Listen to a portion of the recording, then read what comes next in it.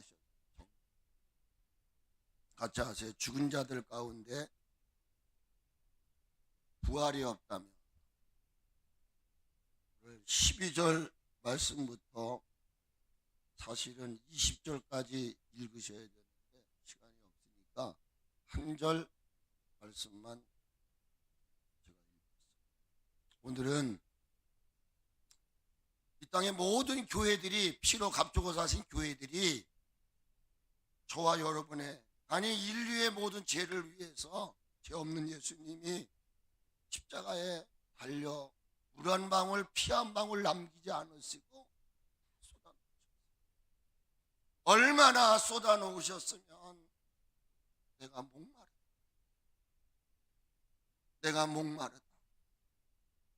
여러분 인생을 살아가면서 뭐 때문에 목마르 보셨습니까? 정말 내가 누군가를 위해, 하나님의 영광을 위해 내가 목마를 수 있었다면 그런 복 있는 자일 것입니다. 예수님은 죄가 없으십니다. 그분은 우리의 죄를 위하여 십자가에 달려. 제가 예수님을 처음 영접하고 기도원에 올라가서 하나님 나 한번 보기를 원해요 할 때 저는 그걸 피 한 방울 물 한 방울 남기지 않았다. 피 한 방울 물 한 방울 짜고 짜요. 겟세마네 동산에 기름 짜는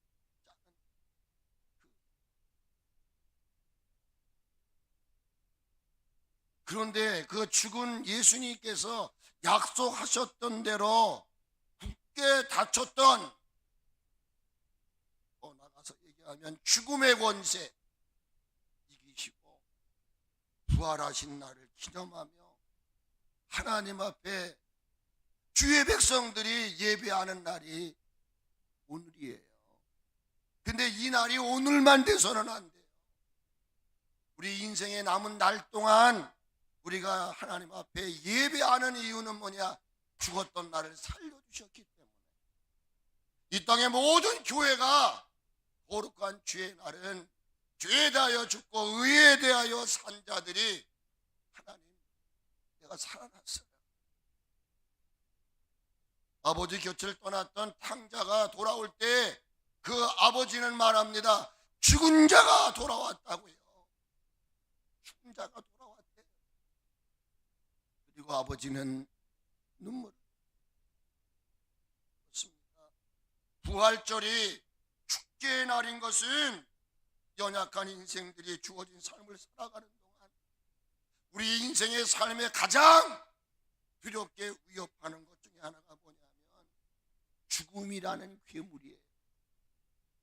이 죽음이라는 괴물 앞에는 여러분 노뿐하지 무식이 없어요. 잘나냐 못나냐 남녀노소 빈부귀천할 것 없이 이 죽음이라는 괴물 앞에는요 모두가 죽음을, 성경은 그렇게 이야기하죠. 이 죽음이라는 괴물 앞에서 죽기를 무서함으로 한평생 매여 그 죽음의 종로로 타며 살고 있는 인생들을 위하여 생명의 주가 되시는 예수님 이 땅에 오셨다. 그리고 그 무서워 떨고 있는 인생들을 위하여 영원한 생명을 주셨다. 일시적인 영원한 생명을 주신. 생각해 보십시오. 아니 죽었던 자가 살아났으면 그거보다 기쁜 게 어디 있습니까? 오늘 우리가 내 기도하자 찬양하자 우리 박수 치며 하나님 앞에 영광을, 이런 멘트가 무슨 필요가 있어요? 죽었던 내가 살아났다고 한다면은요 그냥 감사가 나와야 되고 찬양이 나와. 아멘 좀 해봐. 내가 이렇게 꼭 구걸해야 돼요. 아니 우리 한국교회가 언제부터 이렇게 구걸했냐고요? 내가 정말 일평생 그 죽음의 괴물 앞에 두려워 무서워 그 죽음이 돈을 요구하면 돈, 명예를 요구하면 명예를, 권세 권력 아무것도 없어요. 그런데 일평생 그 죽음의 괴물 앞에 고통과 초조와 근심 걱정 염려 속에 살고 있던 그 인생들에게 참된 자유, 안 기뻐. 아니 근데 기뻐하는 사람은 왜 한 사람뿐인 거야?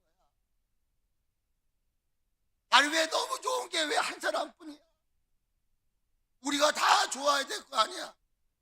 근데 너무나 피곤해.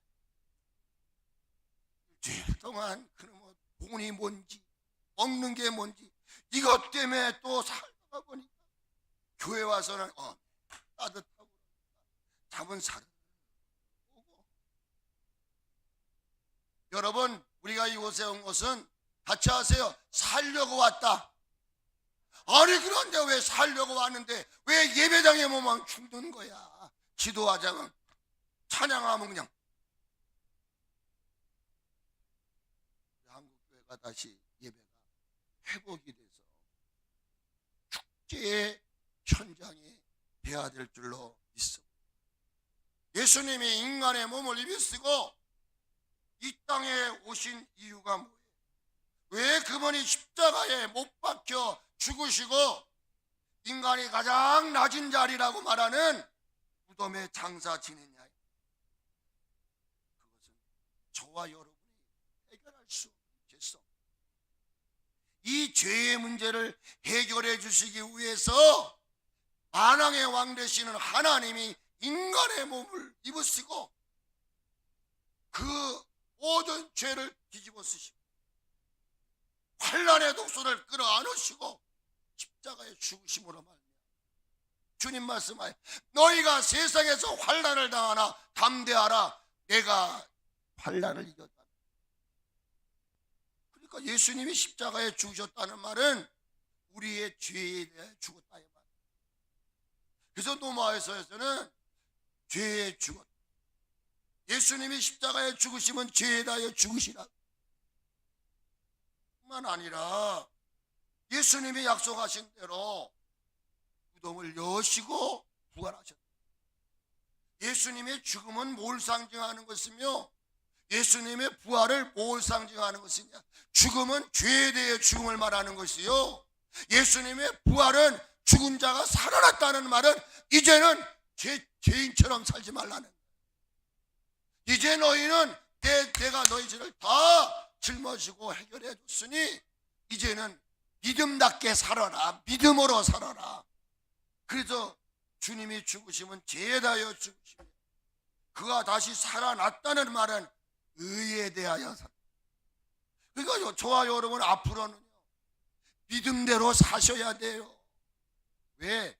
믿음대로 살지 않는 게 로마서 14장에서 죄라고 그랬어요. 죄.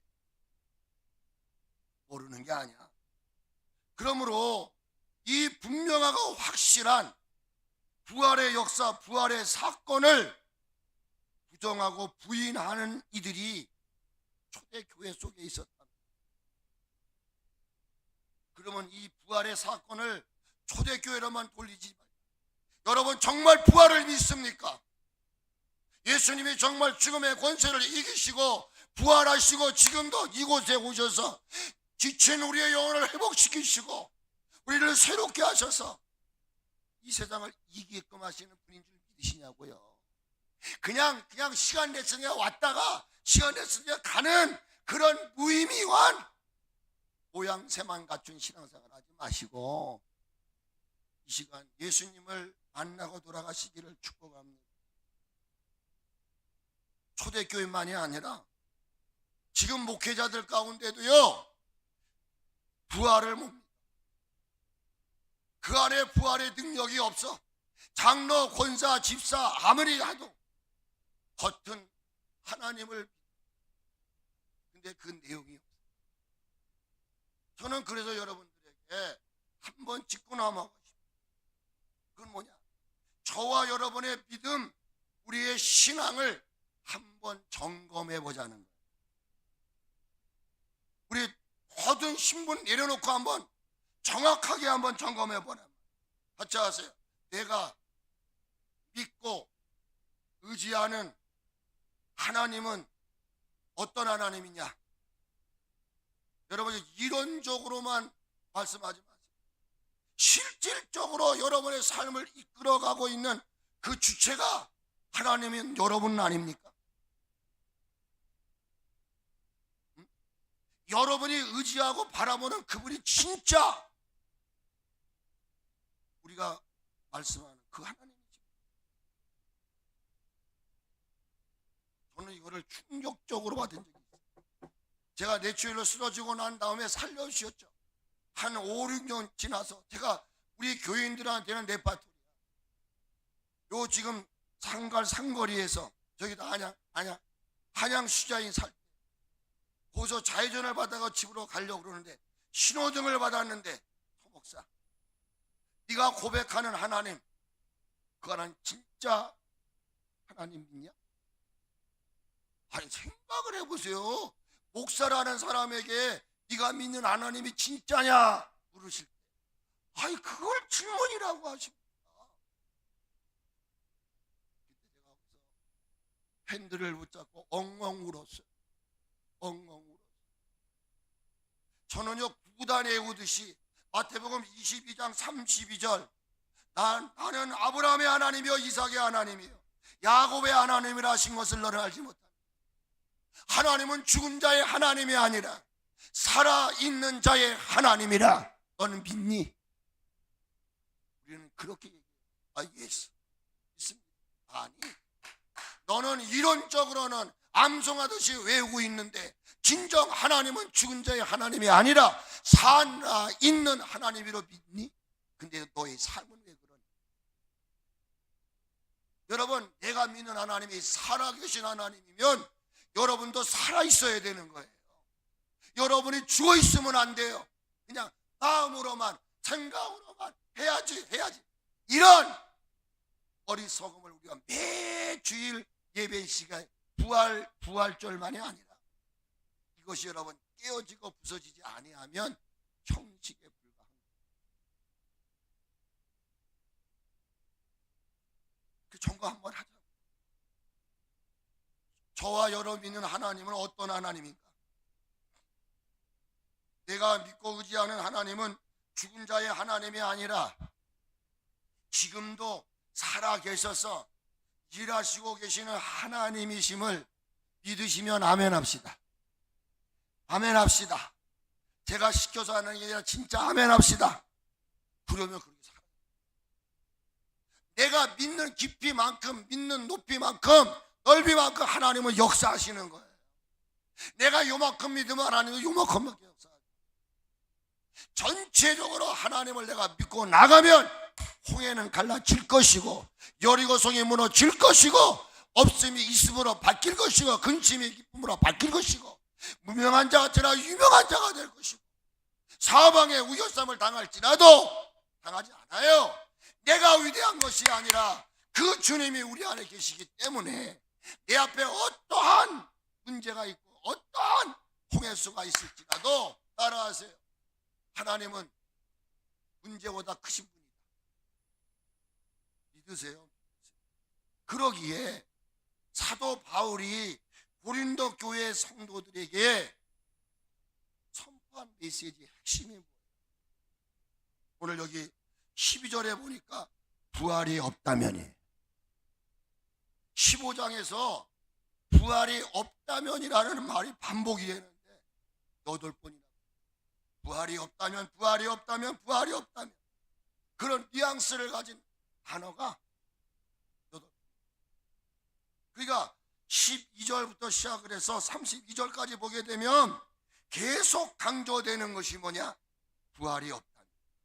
13절의 말씀 보니까 만일 죽은 자의 부활이 없다면, 14절로 17절에 그리스도께서 만일 다시 살아나지 못하셨으면, 다시 살아나는 일이 없으면, 15절 16절에 만일 죽은 자가 다시 살아나는 일이 없으면, 여기까지만 됩니다. 그리고 또 그 다음에 8절에도 그 29절에도 나와요. 여러분들이 가진 성경 15장 한번 보세요. 29절에도 같은 뉘앙스로 이렇게 말해요. 29절에 만일 죽은 자들이 도무지 살아나지 못하면, 같은 뉘앙스 맞습니까? 또 32절 보세요. 32절. 내가 사람의 방법으로 에베소에서 맹수와 더불어 싸웠다면 내게 무슨 유익이 있으리요? 죽은 자가 다시 살아나지 못하였다면 내일 죽을 터이니 먹고 마시자. 우리가 부활이 없고 다시 살아남이 없다고 한다면 뭐하러 이렇게 생명 걸고 신앙생활해? 먹고 마시는 거지. 그렇지 않을까요? 바울이 전한 말씀의 핵심이 뭐냐고요? 죽은 자들 가운데에 다시 살아난다는 거예요. 다시 살아난다. 12절 말씀을 쉬운 성경으로 한번 보면 이렇게 나와 있어요. 뭐라고 나와 있냐면 그리스도께서 죽은 자들 가운데 다시 살아나셨다고 우리가 전파했다는 거예요. 사도 바울이 복음의 핵심이 뭐냐면 예수님께서 죽은 자들 가운데서 살아났다는 거예요. 아니 그런데 이 말을 듣고 그 무리들 가운데 죽은 자들의 부활이 어디냐? 죽은 자들의 부활이 없다고 말하는 사람이 있는 것은 어떻게 된 일이냐 말이에요. 그게 그 당시만이 아니에요. 강렬에서 아무리 하나님의 말씀을 믿음으로 선포해도 이것을 아멘으로 받는 사람이 있고 그냥 흘려보내는 사람이 있다는 것이.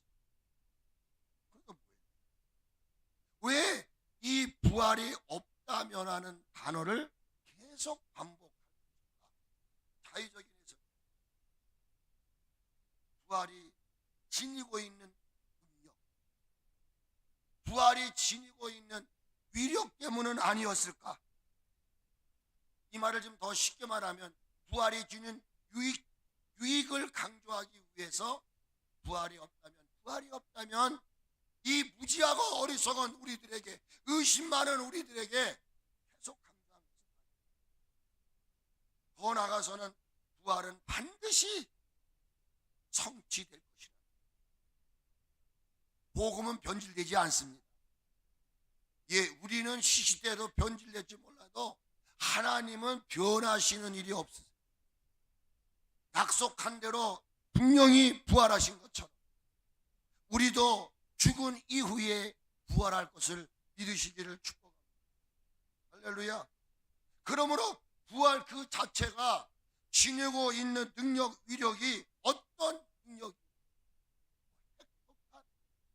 여러분, 부활의 능력은요, 이런 어떤 기회 같은 위력과는 게임이 안 되는 거예요.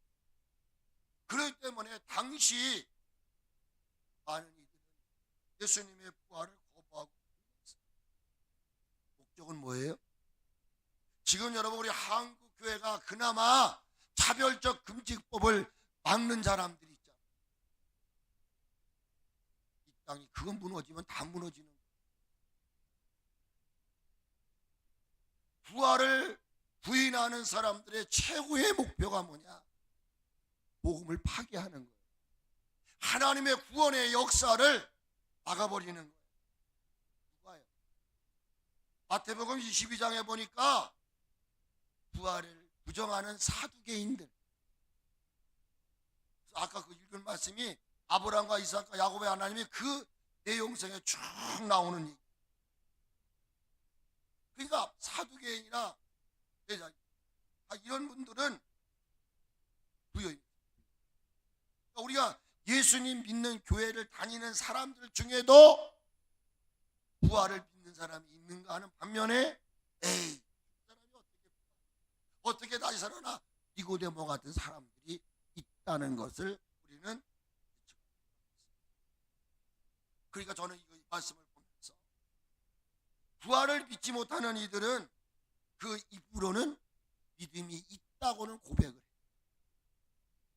그 입으로는 교회를 다닌다고는 고백하지만 저는 이들을 죄송하지만 하나님의 자녀라고 인정하고 싶습니다.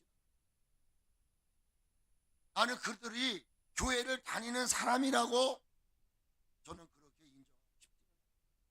죄송한 얘기지만 부활을 믿지 못하는 이들이 나는 믿음이 있어요, 나는 교회를 다녀요, 이거는 마귀의 수하에 있는 사람이지 정말 살아계신 하나님, 그 하나님을 있는 사람들은요 그러지 않아요.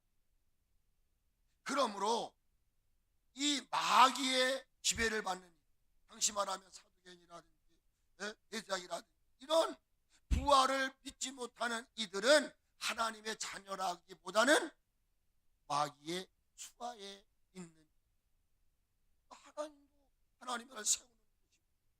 마귀는 그 하나님의 나라를 무너뜨리는, 내가 하나님의 종이냐 마귀의 종이냐는 것은 그 사람의 삶을 통해서 드러나게 됩니다. 부활을 부정하는 이들의 목적은 뭐냐면 생명을 지닌 이 땅의 모든 이들은 저부터도 행복하게 살기, 여러분 행복하게 살기를 원하지 않습니다.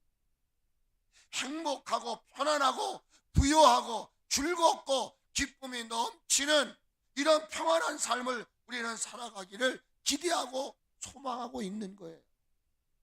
그런데 이러한 이들의 그 소망을 한순간 무너뜨리고 죄를 지고 가난하게 하고 아프게 하고 어둡게 하는, 이게 다 마귀의 역사인 거예요. 그래서 그렇게 행복하고 평안하며 기쁨이 넘치는 삶을 소망하는 이들이 어느 날 가난해지고 병들어 죽게 됩니다. 그리고 막 고통 속에 시달리는 그 뒷면을 들어가면 죄성, 그 죄는 우리들로 하여금 가난하게 하고 저주와 슬픔과 고통과 아픔을 주는 거란 말이에요. 그러므로 여러분, 마귀가 우리에게 주고자 하는 최고의 목적은 뭐냐? 교회 파괴하는. 그러니까 교회 안에도 마귀의 수하에 있는 이들이 있으면 자꾸 헤쳐놓는, 갈라놓으려고 그러는 거예요. 무너뜨리려고 그러는 거예요. 그것이 초대교회 안에도 있었다는 거예요. 부활을 부정하는, 저는 그렇게 생각합니다. 어떤 형태든지 간에 파괴는 영원한 생명을 죽음으로 끝내려고 하는 무모한 시도에 불과하다. 왜?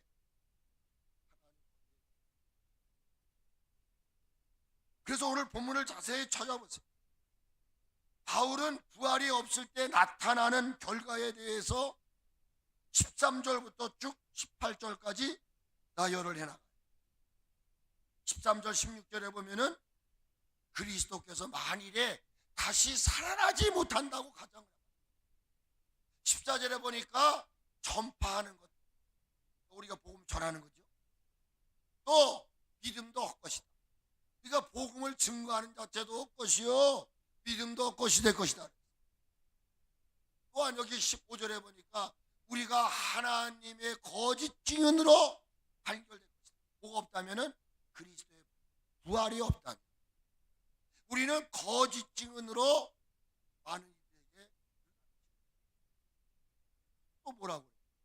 만일에 그리스도의 부활이 없다면은 우리는 여전히 죄 가운데 있을 것이다. 이 18절 말씀에 보니까 망한다. 그리고 이 말씀은 뭐냐? 불쌍한 자들이라고 그래요. 세상에서 가장 불쌍한 사람이 누구냐? 저와 여러분. 그래서 제가 그걸 올리자. 19절을 한번 보세요. 우리는 15장 19절을 보세요. 만일 그리스도 안에서 우리가 바라는 것이 다만 이 세상 살 뿐이면 모든 사람 가운데 우리가 더욱 불쌍한 자. 저는 이 말씀을 보면서 마귀가 그러니까 이 교회 안에 이런 사두개인이나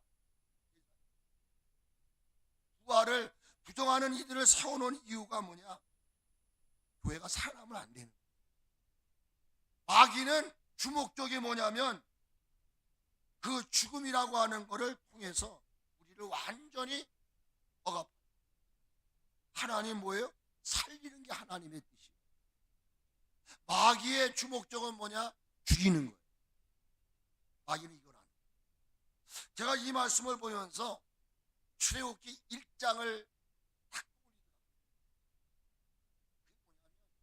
이스라엘 백성들이 지금 노예 생활을 하거든요.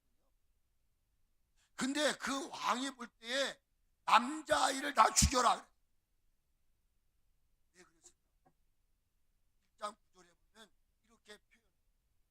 그가 그 백성에 이르되 이 백성 이스라엘 자손이 우리보다 많고 강하다. 어떡하다고요? 많고 강하다. 우리 대한민국이요, 더 강한 나라가 되려면 우리 젊은이들, 아이들 많이 낳으셔야 돼요. 그러면서 여기 22절에 출애굽기 1장 22절에 뭐라고 말을 하냐면, 그러므로 바로가 그의 모든 백성에게 명령하여 이르되 아들이 태어나거든 너희는 그를 나일강에 던지고 딸이거든 살려두라. 뭘 얘기하냐? 생명의 강력함을. 아기들은요, 여러분이 신앙이 살아있으면 건드리지를 못해요. 어떡하든지 교회가 막 살아서 움직이려고 그러고 한 성도가 살아서 움직이려고 하면 어떤 수단 방법을 통해서든지 간에 그거를 제압. 왜? 생명의 능력을 알고. 저는 주관적으로. 그래서 마귀들은 할 수만 있다면 있는 사람들의 마음속에 들어가서 부활을 부인하게 하려고 지금도 역사하고 있다는 사실. 저는 그러면 예수님이 십자가에 달리셔서 내가 다 이루었다 하셨어요. 그리고 무덤에 장사하셨어요. 과연 그게 마귀가 승리한 걸까요? 무덤에 장사 지냈다 이 말이에요. 그러므로 하나님의 구원의 역사는 끝난 것처럼 여러분들이 생각하실지 모르지만 교회 안에 한 명이라도 생명을 가진 자가 있고 그 한 명의 생명이 살려고 발버둥치고 몸부림을 치면 영향력을 받는 거예요. 목사가 죽으면 다 죽는 거예요. 한 사람이 살아나면 그 살아남의 생명력을 통해서 여러분, 예수님이 십자가에 못 박혀 죽었다고 모든 하나님의 구원의 역사가 끝났습니다. 마귀는 끝난 거로 생각을 했어요.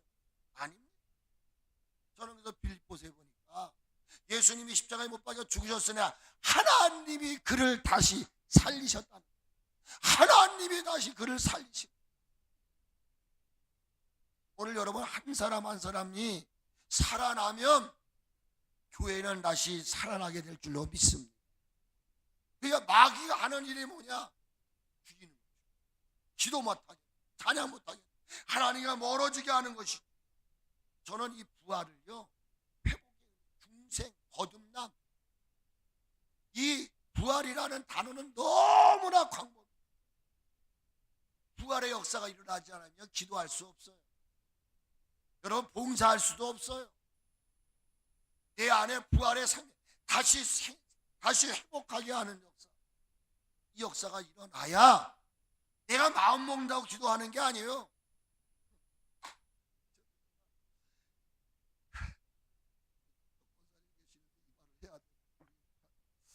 집에를 가려고 그러는데 마음에 내가 우리 강 집사님 가서 만나봐야 돼. 급하게 갔어요. 갔더니 우리 정 권사님이 사고하는 누가 뒤에서 강 집사님을 볼 때 저한테 뭐라고, 내가 부활절 주일날 한 번만 나가면 되죠. 오케이, 한 번이라도 나오면 돼. 나오겠다 그러더라고. 저는 어제 우리 식구하고 얼마나 감사한지. 근데 오늘 아침에 기도하는데 주여 그 마음이 변하지 않게 하여 주시옵소서. 어저께까지만도 저한테 하는 말이, 목사님 그럼 내가 한번 나가겠습니다. 제가 그 말을 이거 얼마나 목사님 그렇죠. 아이, 아침에 무슨 기도가 나오냐면 하나님 그 마음 바뀌어지지 않게 하여 주시옵소서. 오늘 저는 귀가 다 어디에 쏠렸어요? 귀가 어디에 쏠렸겠냐고요? 뭐 여기 권사님 목소리 다 좋지만 제 귀에는 누구 목소리가, 강 집사님 목소리가 들리기를 기다립니다. 내가 오고 싶다고 오는 게 아니라 여러분, 강력한 하나님의 역사하심이 없이 하나님의 역사만큼 마귀 역사도 강력하다는 사실을 여러분 추워도 잊어서는 아니 될 있습니다. 예수님의 이 부활의 역사는요, 부활절, 죽음에서 부활, 이것만 전체가 다 부활이에요. 부활 다 새롭게 돼야 돼요. 거듭나야 돼요. 중생에. 그러므로 예수님의 부활의 역사는 끝난 게 아니에요. 현재 진행이에요.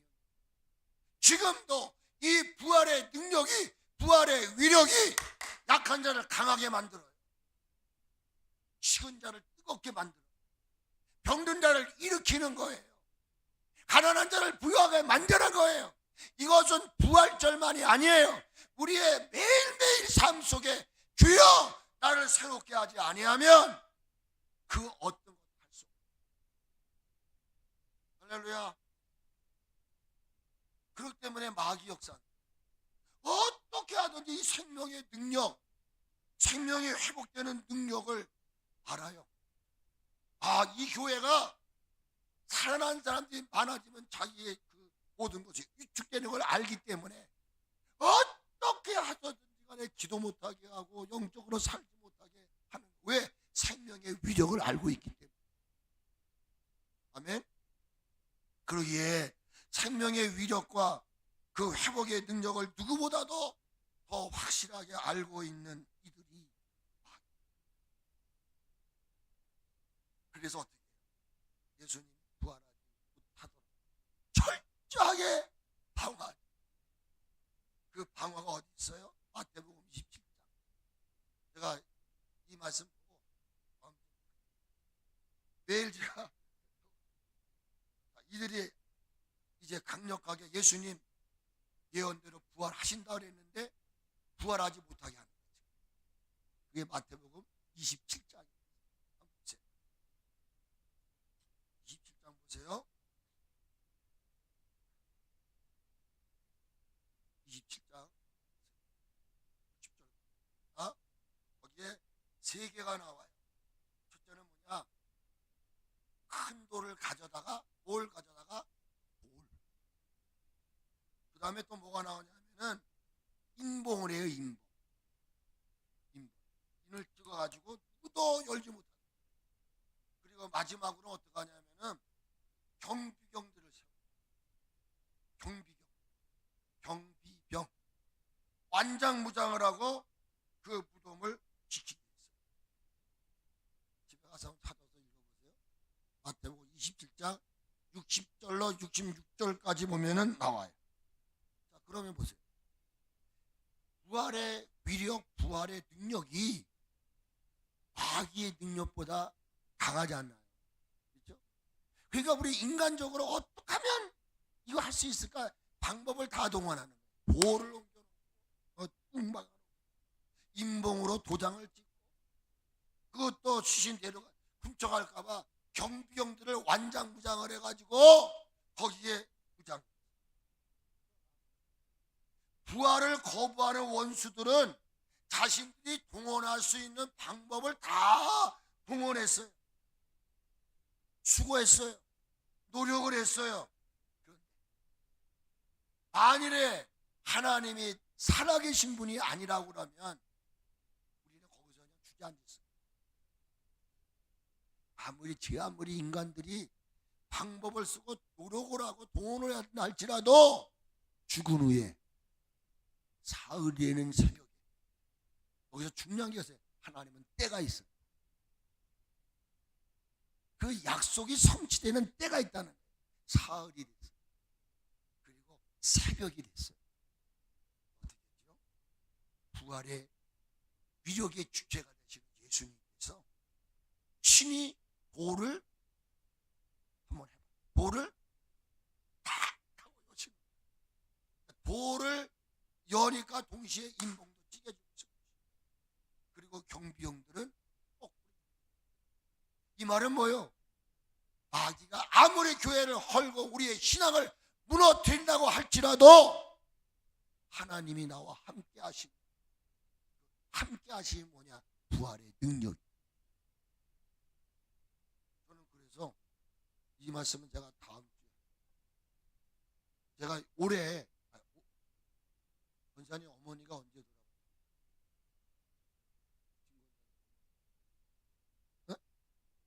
작년 10월인가요? 요 말씀만 드리고요. 장례식을 가는 김남 어머니, 하나님 말씀을 주세요. 요한복음 11장을 읽으라고 반복되어지는 마리아와 마르다가 주님이 여기 지금 계셨더라, 내 오라비가 죽지 않았을 것입니다. 다음 주에 얘기합니다. 여러분, 부활은 우리가 죽고 난 이후의 역사이기도 하지만 오늘 이 현재에서 부활의 능력이 내게 없으면 할 수 없다는 말씀입니다. 손목사, 부활의 능력을 믿냐? 말단 그래요. 죽은 후에 부활할 것을 내가 믿습니다. 근데 예수, 아니 지금 냄새가 나는데, 아니 지금 너는 냄새가 나지만 나는 지금 일으킨다니. 제가 나사로 설교를 하려면요, 우리 교회 안양에서 이렇게 보내신 분이 아닌데 그때 그 말씀을 자유함을 얻어가지고 그분이 회복된 일이 있었어요. 여러분, 오늘 마무리 짓겠습니다. 부활은 미래적인 사건이기도 하지만 현재적인 사건이라고 믿으시고 구하세요. 하나님 내게 부활의 능력을 주십시오. 부활의 신앙을 주십시오. 기도하고 돌아가는 여러분 되시기를 축복합니다. 사랑의 하나님 아버지,